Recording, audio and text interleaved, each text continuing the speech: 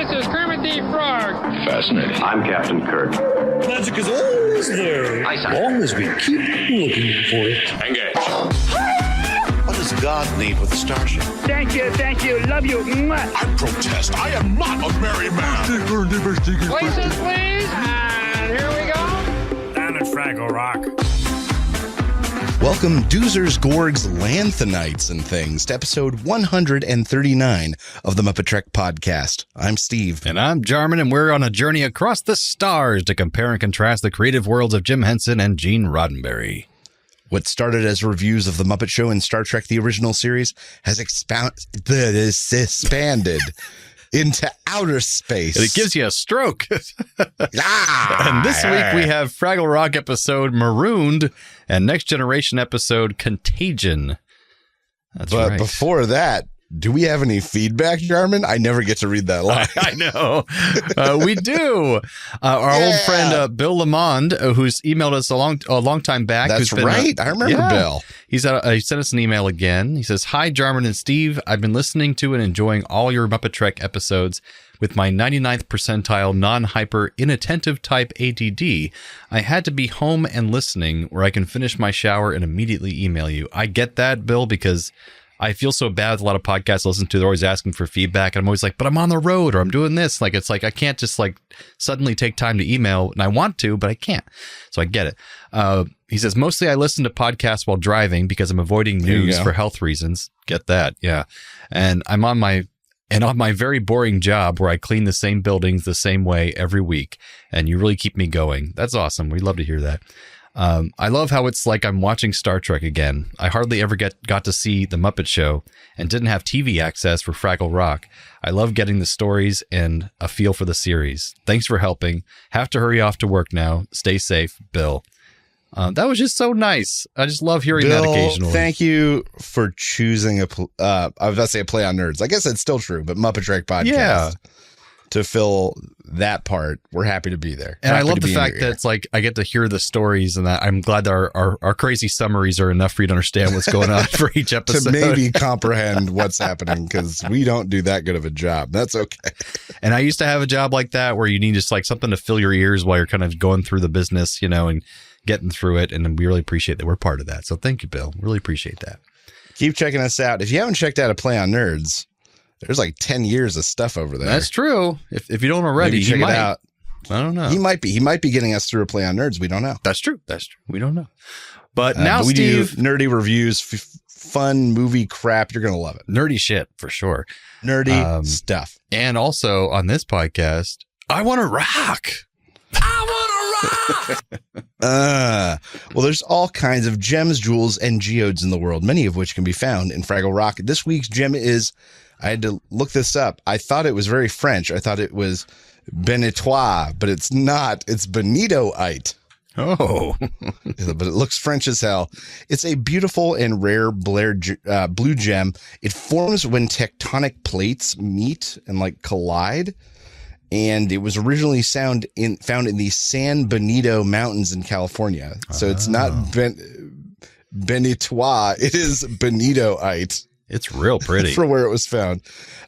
It's been found sort of scattered around the world.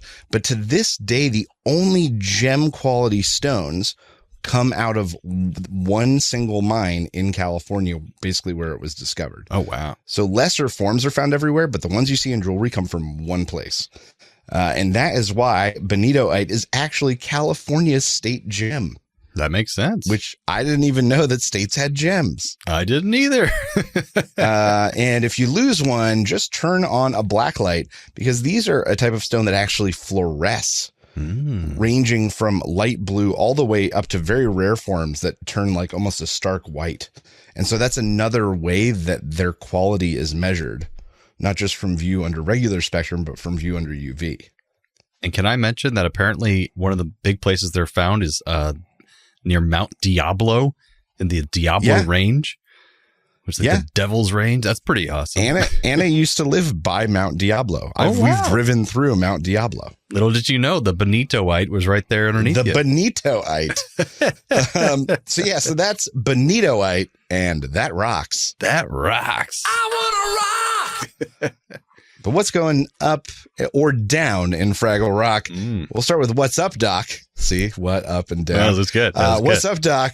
A terrible blizzard is coming through, and Doc has a giant crate of catnip delivered for some reason. Sprocket hates it, but Doc is working on a way to turn catnip into dognip. Makes total sense. The power goes out. The blizzard is raging outside, and they can hear Schimmelfinny's cat, Fluffinella, crying, stuck outside in the snow. Sprocket grows a heart and thinks that they should let her in, and the cat immediately attacks/cuddles Sprocket in their bed as Doc watches on. What's going down in Fraggle Rock? Gobo is making lima bean soup without lima beans, while Moki takes Boober to the trash heap for his birthday wisdom.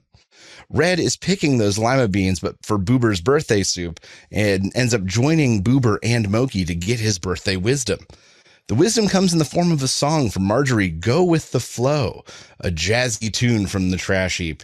Red and Boober end up separated from Moki on their way back, going into the spiral caverns where there's a cave in. They're trapped. Meanwhile, Gobo is back cooking lima bean soup, laments his cooking, and recounts a postcard from Uncle Traveling Matt about food in outer space.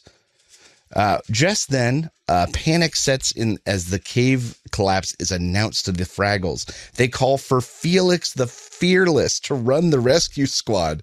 He is an idiot. I love it. Boober and Red worry for their lives, but Boober is less worried than usual, while Red, the normally brave one, is just falling apart. Felix determines that their friends have already been squashed and it might not be worth rescuing them. And Kobo just takes over the rescue effort. They tie off a series of ropes and get ready to heave with the strength of just so many Fraggles, no less than 24 Fraggles. Boober and Red are losing hope. They sing the friendship song, a little ditty about how friends are worth trying harder for. The other Fraggles continue their effort, barely moving the boulder. They give it one last try, finally moving the rock enough for Boober and Red to escape. They get them out right before the cave collapses. They get the lima bean soup and celebration of Boober's birthday that we all deserve, and a reprised version of the friendship song, much more upbeat this time. And that's what's going down in Fraggle Rock. So, Jarman, what did you think of this week's episode of Fraggle Rock? I got to watch this one with the wife, and when it gets to that cave-in, and they're sitting there just, Red and Boober accepting death. Just like, oh man, it was dark. And she was like, wow, this is, because she hadn't watched one with me in a while. And she's like, this is rough. Like, I know, I'm sorry.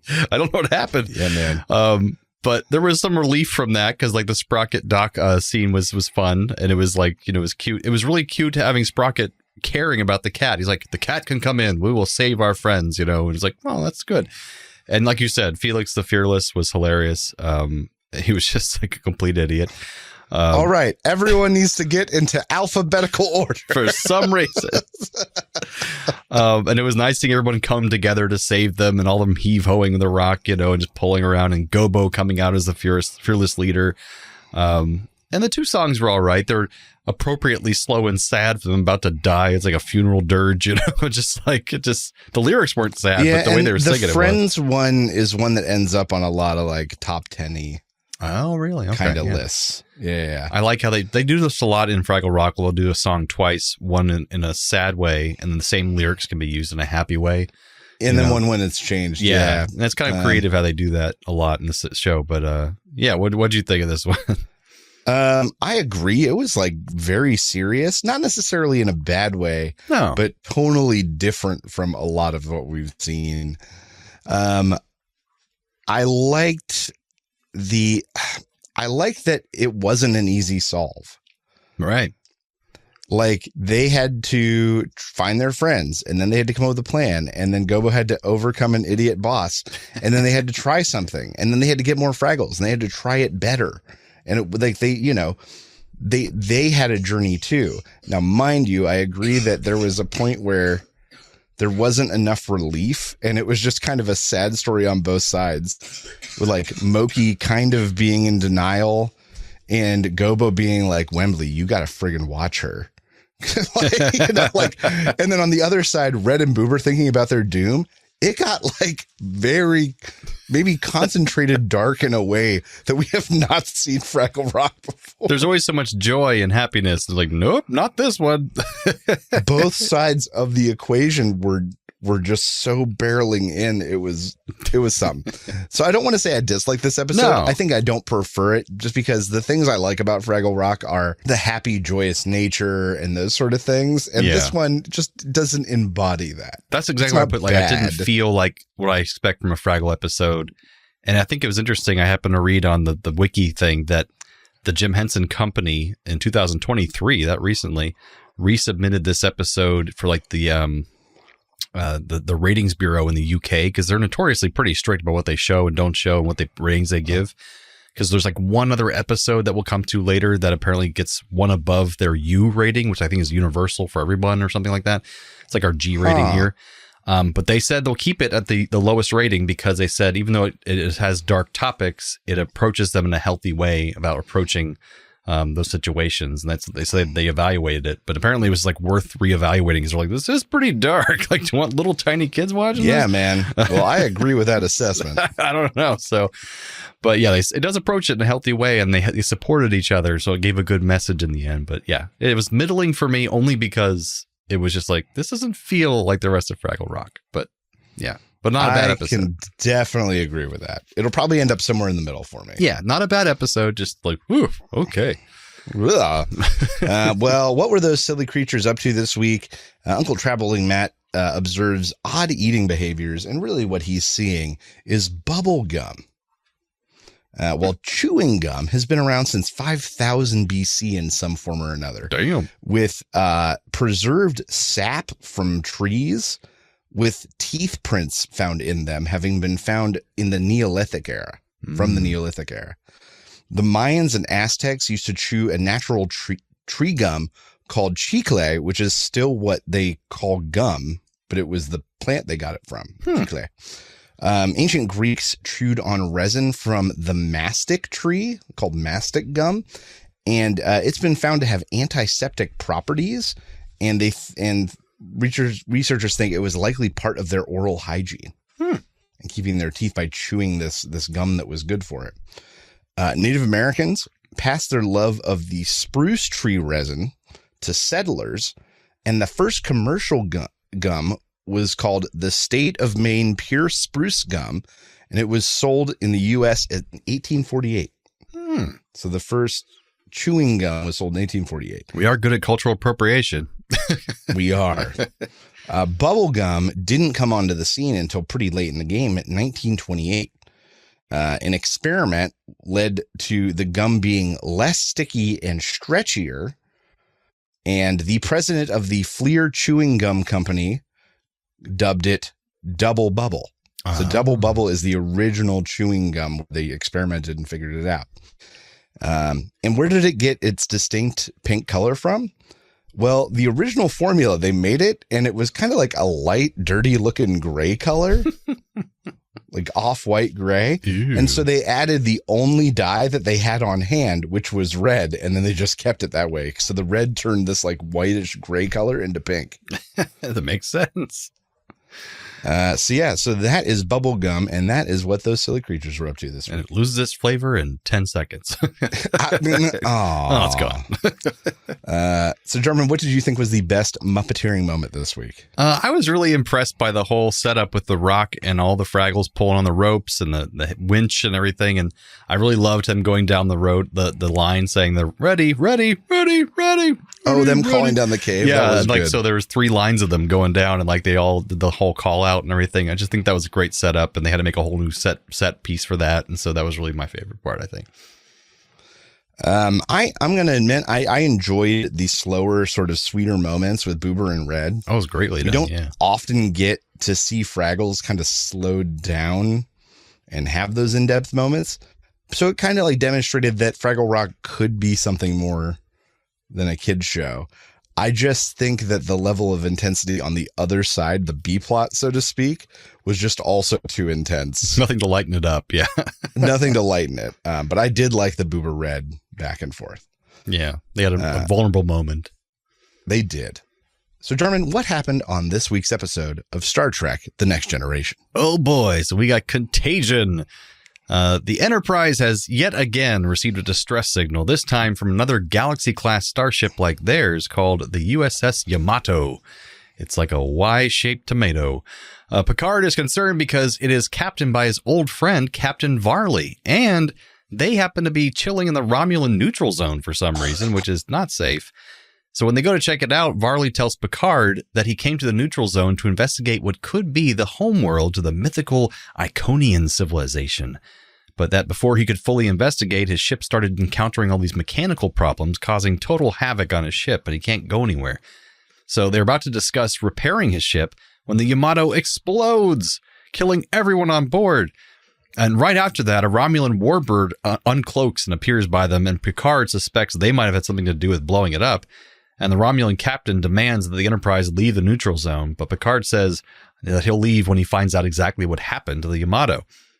So Picard starts to dive into Varley's old personal logs they downloaded from the Yamato ship to find any mention of the Romulans or the Iconians, and finds that Varley indeed found the Iconian homeworld there, but was being hounded by the Romulans. And then when he found the homeworld, a probe from the homeworld came out and seemed to scan the Yamato, and that's when all their technical problems started to arise. So just then, though, the Enterprise also starts to experience random technical problems with several funny moments with the elevator and with the doors not opening. And he asks for tea, and it turns out to be a pot of flowers. So Picard orders the Enterprise to head to the Iconian homeworld. And when they arrive, a probe launches to the surface to scan them as well. But Geordi figures out just in time that the scanning is what eventually destroyed the Yamato, corrupting their systems with some kind of computer virus, rewriting their code until the warp core exploded. So they blow up the probe before it can scan them. And Geordi figures out that just a small portion of the virus from the Yamato had infected the Enterprise from when they downloaded Varley's logs from it. So they have some time probably to figure out how to stop it, but not much. So Picard goes down to the planet's surface with Worf and Data to try to learn about the technology the Iconians have to see if he can stop the virus from spreading. But when he goes down, the Romulans are back, but they can't attack either because their ship is also infected. Oh no! So back in the planet, Data gets zapped by the Iconian computer, and it's starting to try to rewrite his code, and it nearly knocks him offline, but he's able to stay conscious long enough to tell Picard how to destroy the Iconian technology so it doesn't get in the hands of the Romulans, because they didn't find out how to stop the virus, but they found that the Iconians had this dimensional door technology where you could basically make a gateway to anywhere in the universe and walk through it, which would be devastating in the wrong hands. So Picard sends Data and Worf through that gateway back to the Enterprise, because they can't beam up yet because they're having all these technical issues, while he stays behind to blow up the technology. But back in the Enterprise, Data seems to die, but then he comes back online and he's no longer infected with the Iconian technology. So Geordi figures out that he needs to do the same thing with the Enterprise to rid it of the virus. Turn it off and on again. That fixes everything. He does so, and the Iconian home planet is about to explode, but Picard escapes through the dimensional door just in time, but to the Romulan ship. And then he's beamed back to the Enterprise before the Romulans can kill him. So Riker radios to the Romulan ship and tells them how to rid themselves of the virus. And then they hightail it out of there to save the day yet again some other time. So, Steve, what'd you think of Contagion? Okay, so some things I liked. Good gripping intro, like good way to kick off any episode. And so this I said early and then came to regret later. So I'll talk about that. I'm glad they didn't kill off Captain Varley from an exposition standpoint, in that he was alive and then the accident happened, and then we got his captain logs. So we didn't lose him as a character as early as we could have.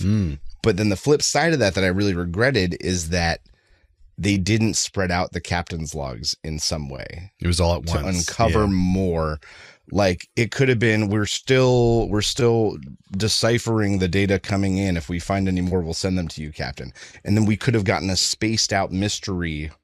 Oh, that's true. That gave Picard and crew more clues and gotten that character more evenly through the episode. Because he was a good actor too. I like that guy. He was. And so I was I did like it at first and then came to regret that they didn't stretch it further. That makes sense. So a little bit back and forth.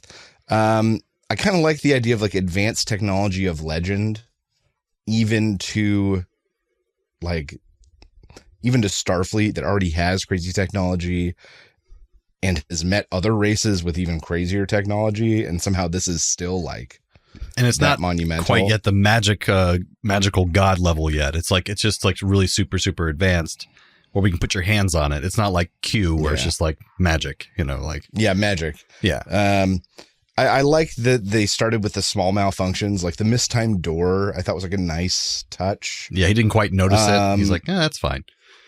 And it was great to see the Romulans trying to posture while they were having the same malfunctions that the Enterprise was. That was funny to me. And then I loved Picard ending up on the Romulan vessel. Like what a strong choice for the end of the episode. Didn't really amount to much, but it was a fun little moment. But they could have even more easily just had him step out the door onto the Enterprise. Right. Had that been the episode. So I just thought they made the more interesting choice. And yet another olive branch to the Romulans that who knows if we ever get to see pay off in this show. But I feel like over and over again, the Romulans are like olive branch, olive branch, olive branch, new understanding. And I feel like I need an episode that pays it off. I hope it comes. Pretty sure there are. Yeah. You'll get there. Lots of complications with the Romulans. Things I disliked. I wish they could have spread out the Varley logs a little bit more. I mentioned. And then I wrote, for someone whose ship and entire crew is on its way to death, Picard seems to be siding with the dead aliens a lot. Like he was aligning with them and talking, oh, that could have been a mistake. This could all be a blah, blah, but like your crew's going to die. Why are you siding with these dead guys? He's letting his interest in archaeology get overtaken. Yeah. I think this was more of a missed opportunity. I think Data getting overwritten by the program was a very interesting thing. I think it happened way too fast and would have been so much of a better plot device if we had lost Data slowly instead of he like said he was infected and then was on the ground and then he suddenly couldn't talk all in 30 seconds. Might be cooler if he started speaking in Iconian or something, or just becoming like one of them. Or introduce it earlier and then he starts having similar weird tick kind of things. And then that's when it finally breaks down is when they're down there. We gotta get you in the writer's room, man. More interesting choices that could have been made.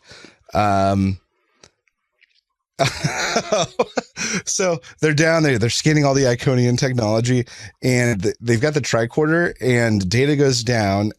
And Picard's like, Worf, you've got to get Data back to the Enterprise. Destroy that tricorder. And they're like, why? And he's like, it has all the information. If it got into the Romulan hands. And I'm like, but doesn't Data also have all this information? And you just told Worf to take him back? Shouldn't you also destroy Data by that same logic? I guess he has the tricorder have to die, but he has consciousness just like they do. So he can choose not to tell anyone about the technology he's encountered. Whereas the tricorder is just a device that could be used by anybody. True. But it was just funny. That's true. I was like, oh, okay. Destroy that tricorder. Somehow Data's, and maybe because it happened too quick, like this might be the result. Data's death didn't hit at all. It completely missed the mark. We're clearly trying to make it impactful and it just didn't hit. They weren't as concerned as they should have been, I guess. And once again, I think just how fast it all happened made it seem that much more jolty. And then I loved Picard mashing buttons like a toddler. But I also hate that it made the whole thing feel not Star Trek-y. Just these like when Simon says boop boop beep beep. Yeah, when he's just overdoing stuff, I'm like, this is your best play. So it was funny to watch, but at the same time, I was like, this is just him flailing like a child. What buttons do I push? Beep, beep, beep, I like your comparison to Simon, where he's trying to follow a pattern. Yeah, because there were colors like amber, red, yellow, green. Oh, I fucked it up. I like the whole plot and execution was very Trekky, because I love that it involves discovery of ancient civilizations, lots of scientific solutions, precarious diplomacy with the Romulans, all those things that you love in TNG Trek episodes. Like, they're all there. Didn't need big explosions or anything. That's the stuff we look for. Great Data and Geordi moments throughout. I love when he Geordi's being electrocuted by the panel and Data just throws him on the ground a little too hard. He's like, oh, sorry. Like, he just realized he was broke Geordi, and he walks over to him and he's like, and Geordi's like, what happened? He's like, who could say? I don't know what happened. It was like Data just like, I don't know. Yeah, and I love the Wesley scene was actually really nice, where Wesley goes to talk to Picard about just seeing 10,000 people die in front of him on the Yamato. And that was like kind of a little moment where it's like he's becoming a man, realizing what he's have to do in the line of duty. That was kind of neat. Constantly telling Worf to not try to kill everybody this episode a lot. Like, okay, let's find out what happened first, Worf. Let's not blow up the Romulans just yet and start a war. Let's calm it down. And Troy was useful again with her usefulness with the negotiations. That was good. Yeah, kind of. A little bit. She's like, won't you need me here to help you negotiate? He's like, no, get the fuck out of here. But no, she was helpful. But yeah, some weird moments for me that like Picard and the other captain never thought to, like Varley never thought to run this by Starfleet first, felt weird. Like, they're so by the book, at least Picard is, that he would just go in there without first waiting to contact Starfleet. Like, it's very important. You're dealing with the Romulans and this ancient artifact. Like, I don't know. And like Data being so cavalier about just pushing buttons as well and going through the dimensional door without permission and just like walking through. Picard's like, what are you doing? It's just like, that seemed very out of character too. But yeah, the Iconians sound very neat. It's like a very mythical sounding big lore that they could explore. And I think they do explore it in several other shows talking about them. They're mysterious throughout. And there's apparently a whole storyline that's not canon in Star Trek Online about the Iconians. So that's the whole thing. But yeah, I found it a very interesting episode. But like you said, there were some things here and there that just weren't executed very well. I don't know. So one thing I want to give an honorable mention. Oh, sure. That I totally forgot because it didn't really weigh on the plot. But when the Enterprise is malfunctioning and Geordi goes and hops in an elevator because he's got to make it upstairs to tell them to destroy the probe, LeVar Burton's physicality, because I think it was him. I don't think it was a stunt double. It seemed like it was him. Where they clearly rolled this room so he could be on the ceiling, but then he did some end over end, like flip kind of stuff where he really threw himself. And it was just impressive. Like, we don't get that kind of action typically in Star Trek. Was that your favorite Muppeteering moment for this episode? It was my favorite Muppeteering moment. I just didn't, I totally forgot and didn't want it to go unsaid because it didn't do much for the plot. But it was cool. But it was a great sequence. Yeah, I agree. That's true. I didn't think about that. That's very true. So I don't know, probably a middling episode for me too, of these both being kind of middling, but it wasn't bad. All right. Well, we'll never talk about either again. That's how that works. Not. Yeah. It'll live on in obscurity and an okay episode. Yes. So some Trek facts for this. It's the first time that we hear the iconic line, tea, Earl Grey, hot, that he says constantly from now on. That's his favorite drink.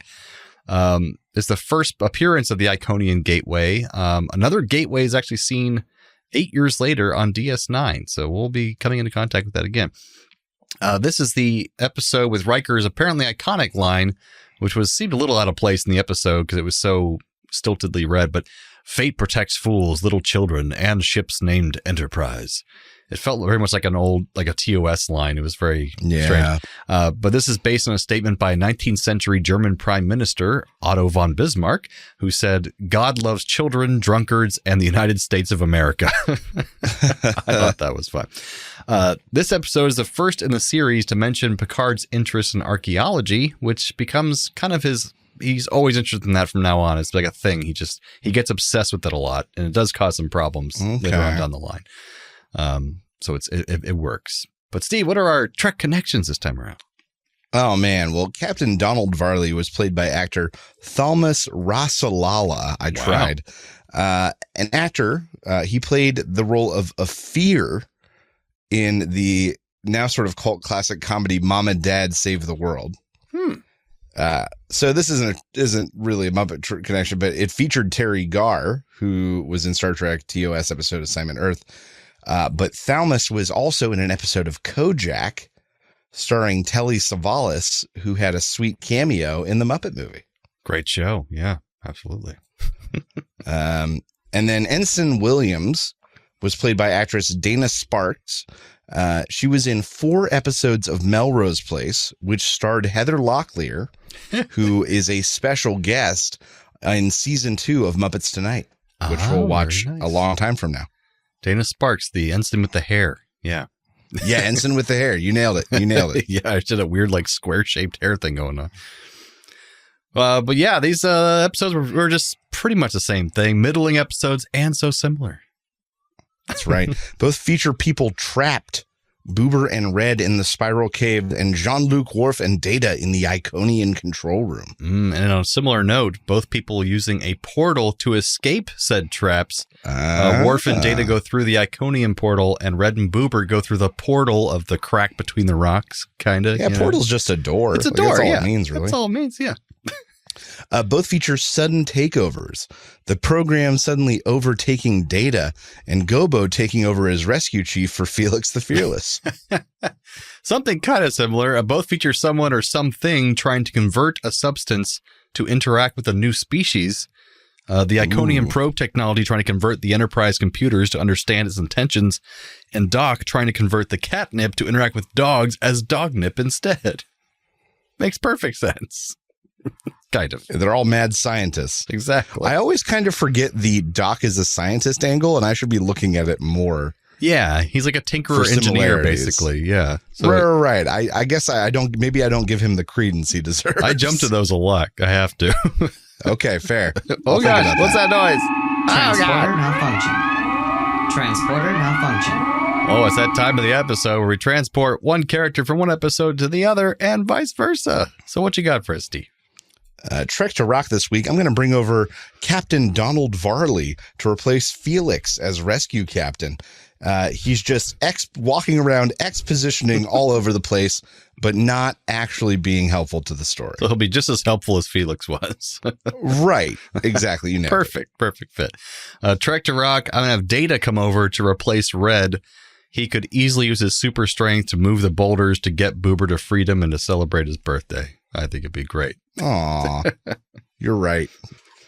Rock to Trek, bring over Marjorie, the trash heap, and replace the computer program with her trash slowly but surely overtaking the entire ship, spreading filth and very poor musical advice everywhere.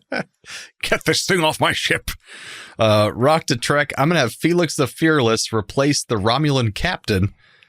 He would infuriate the other Romulans with his ineptitude, but have unlimited confidence while he was doing it. Be very Romulan of him, I think. It would be. Yeah. But you'd have to get the haircut, though. Oh, that's true. The weird mop haircut. That's right. That brings us to the end of episode 139 of the MuppeTrek Podcast. Join us next time for Fraggle Rock episode, The Minstrels. And Star Trek The Next Generation episode, The Royale. So, from the lovers, the dreamers, and us, live long and prosper, everyone. Thanks for listening to the MuppeTrek Podcast. Be sure to follow us on social media on Facebook and Twitter.